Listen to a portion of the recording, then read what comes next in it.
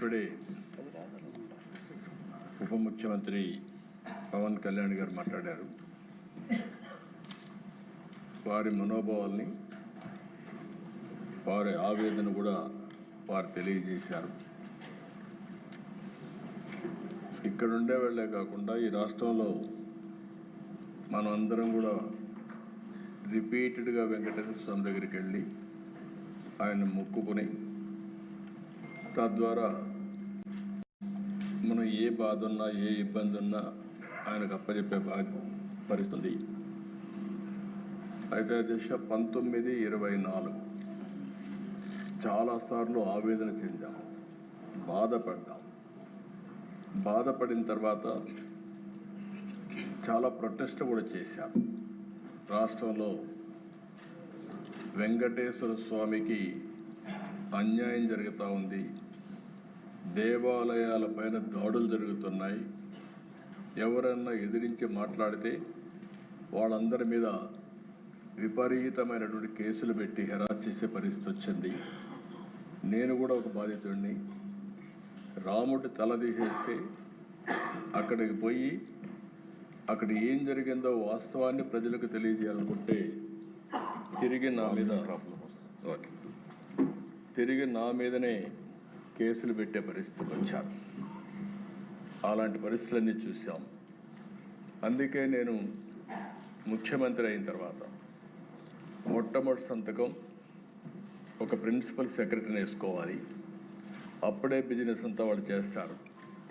అది వేసిన తర్వాత రెండో సంతకం తిరుమల తిరుపతి దేవస్థానం ప్రక్షాళన కోసం ఈవోని నామినేట్ చేశాను.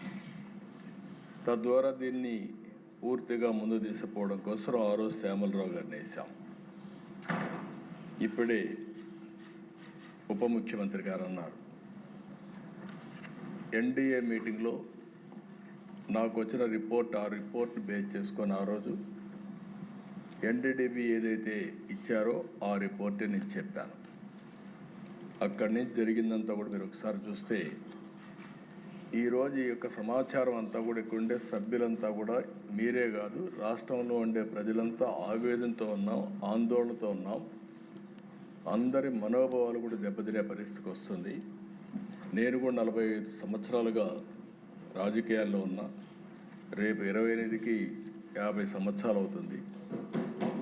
అయితే మీరు గుర్తుపెట్టుకోవాల్సింది, నేను ఎప్పుడు కూడా వెంకటేశ్వర స్వామి మా ఇంటి కుల దైవం.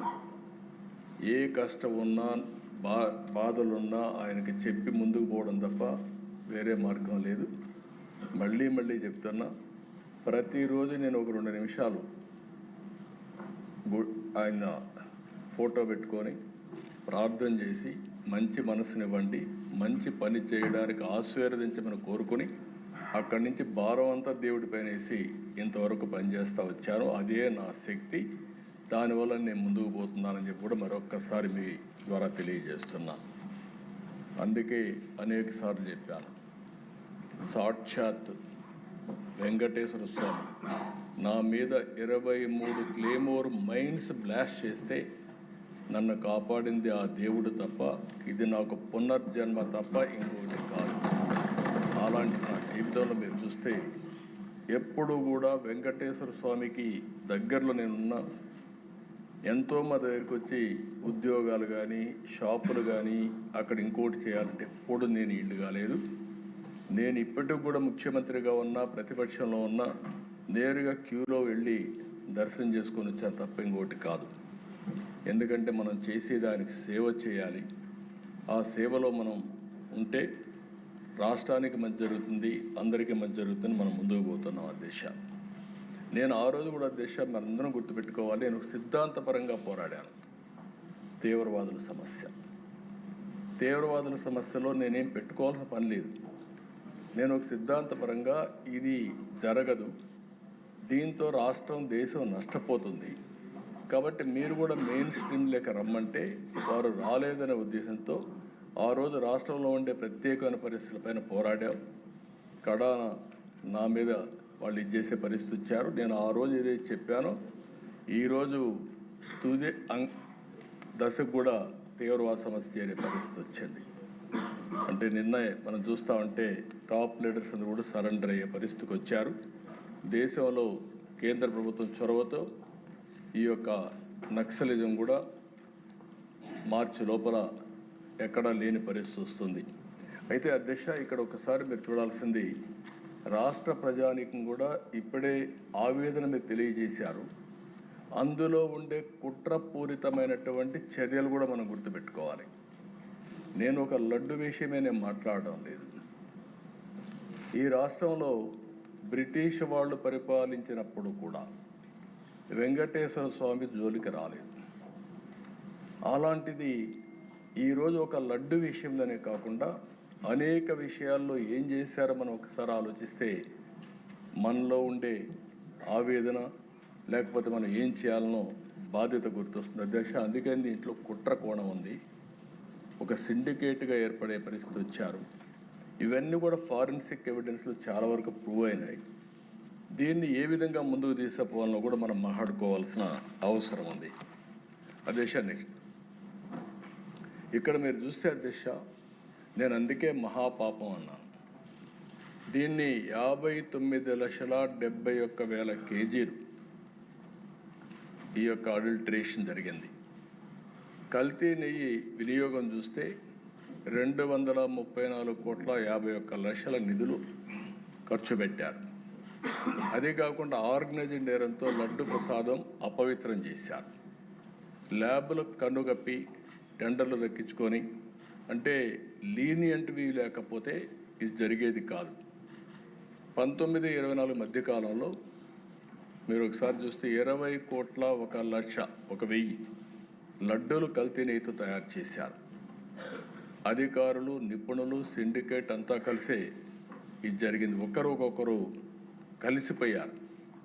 దీనిపైన 23/1/2026 సిబిఐ ఛార్జ్షీట్ వేసే పరిస్థితికి వచ్చారు.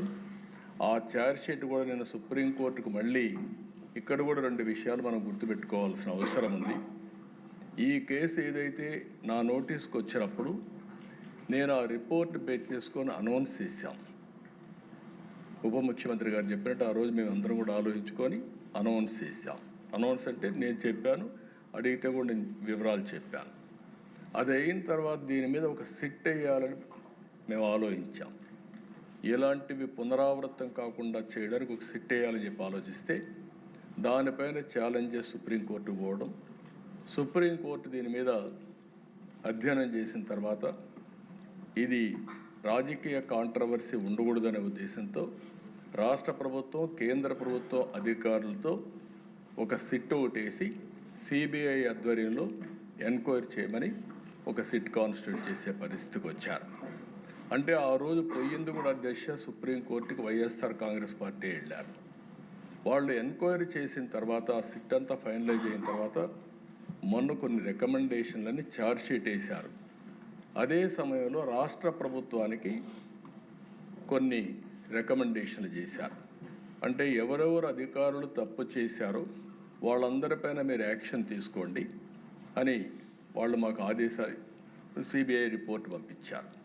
అదే సమయంలో టీటీడీ కూడా ఇందులో కొన్ని కరెక్షన్స్ చేయాలి, అవి కూడా చేయమని ఇంకోటి పంపించారు. ఆ రిపోర్ట్ టీటీడీకి పంపించాం.